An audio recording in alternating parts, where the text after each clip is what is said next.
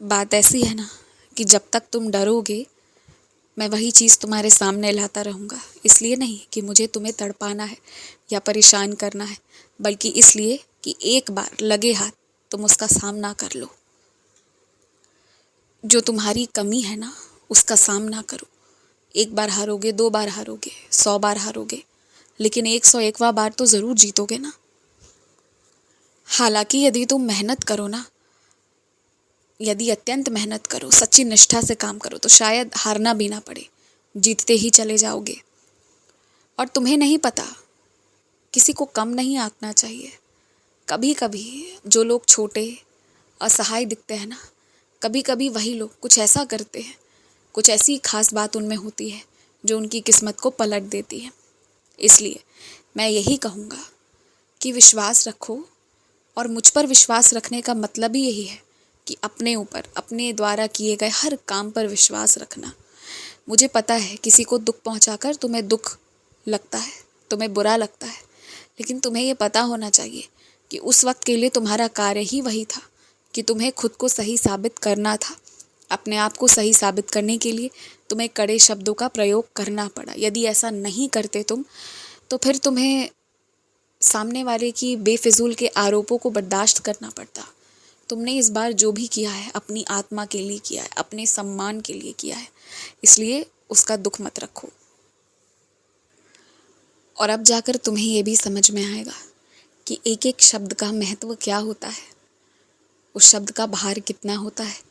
और ये समझोगे तो तुम्हारे लिए अच्छा है, क्योंकि तुम प्रयोग में लाने से पहले सोचोगे, और यदि कोई तुम्हारे साथ प्रयोग में लाया तो दोबारा वो कहने के पहले सोचेगा, क्योंकि तुम जो जवाब दोगे वो मैं दिलवाऊंगा।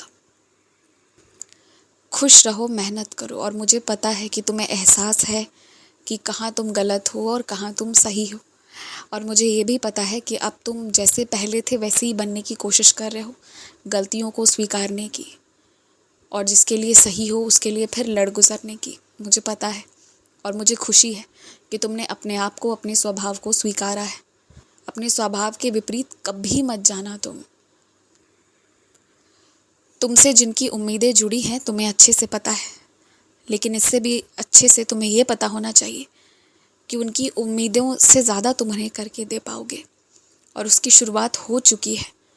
कहीं ना कहीं तुमने उन कार्यों को करना शुरू कर दिया है जो सबसे मुश्किल थे तुम्हारे लिए, और अब सब आसान हो जाएगा तुम्हारे लिए। और मैं तुमसे बार बार एक बात कहता हूँ, कुछ खास लोग जो तुम्हारी ज़िंदगी में बहुत गहराइयों से जुड़े हुए हैं, जिनसे तुम इस वक्त भाग नहीं सकते, जिनके साथ तुम्हें ना चाहते हुए भी इस वक्त रहना पड़ेगा, तो वो खास लोग ना तुम्हारे जिन वास्तविकता में खास लोगों से चिढ़ते हैं या उन्हें पसंद नहीं करते हैं, उनका अब जिक्र करना बंद कर दो। कुछ ऐसे लोग हैं ना जो पहले तुम्हारी बातें सुन लेते हैं, तुम जो भी कह रहे होते हो बहुत ध्यान देते हैं, और उसके बाद वो तुम्हारी बातों पर ही पलटवार करते हैं और तुम्हें ही गलत सिद्ध करने की कोशिश करते हैं। तुम्हें ही, हर इंसान, हर रिश्ते के प्रति शक पैदा करवाते हैं, और तुमसे ही वो सब कुछ त्याग कर सिर्फ उन पर अपना जान प्राण सब न्यौछावर करने की उम्मीद करते हैं।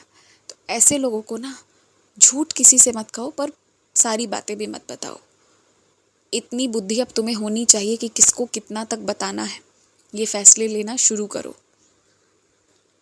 और तुमने ठीक सोचा है कि तुम चाह कर भी जिन जगहों पर नहीं जा सकते वहाँ की ज़िद छोड़ देना ही बेहतर है। यदि तुम ज़िद करोगे तो तुम वहाँ पहुँच भी जाओगे, लेकिन यदि तुम वहाँ पहुँच भी गए ना, तो वहाँ से आने के बाद जो ताने उल्हाने बेफिजूल के सुनोगे, उससे बेहतर है कि उन जगहों पर अभी के लिए मत जाओ। और वैसे भी मन से जो आंतरिक भक्ति की जाती है ना, उससे ज़्यादा शक्ति किसी और चीज़ में है ही नहीं। तुमने जितनी पूजा आराधना की है ना, तुमने इस तरह का रिश्ता जोड़ लिया है कि कोई भी चीज़ होने से पहले तुम्हें आभास हो जाता है, तुम्हारे आभास गलत नहीं होते हैं। और चाहे तुम कुछ मांग भी रहे हो, फिर भी तुम्हें पहले से ही पता रहता है कि कहाँ तुम सफल रहोगे, कहाँ विफल रहोगे। ये तुम जानते हो। क्यों जान पाते हो? क्योंकि तुमने अपनी आराधना से ऐसे रिश्ते जोड़ रखे हैं। बस ये जो किया है ना, इसे बरकरार रखना। जो करते आ रहे थे वो करो।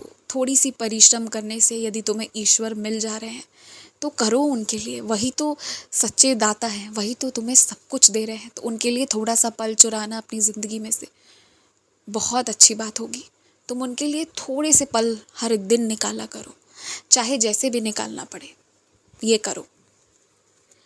हमेशा खुश रहो, हमेशा मुस्कुराते रहो। तुम्हारा जो दिल करे ना तुम वो करो। यदि तुम्हारा शिवलिंग में दूध चढ़ाने से मन भरता है तो तुम अभिषेक करो, कोई दिक्कत नहीं है। लेकिन हाँ, पौधों में पानी ज़रूर डाला करो, उनकी सेवा किया करो। आलस का थोड़ा त्याग करना पड़ेगा तुम्हें। और तुम सब कुछ जान रहे हो कि तुम कितने पानी में हो, तुम्हें खुद को बाहर निकालना है। आज का दिन बहुत अच्छा होने वाला है, नए मौके आएंगे तुम्हारे पास।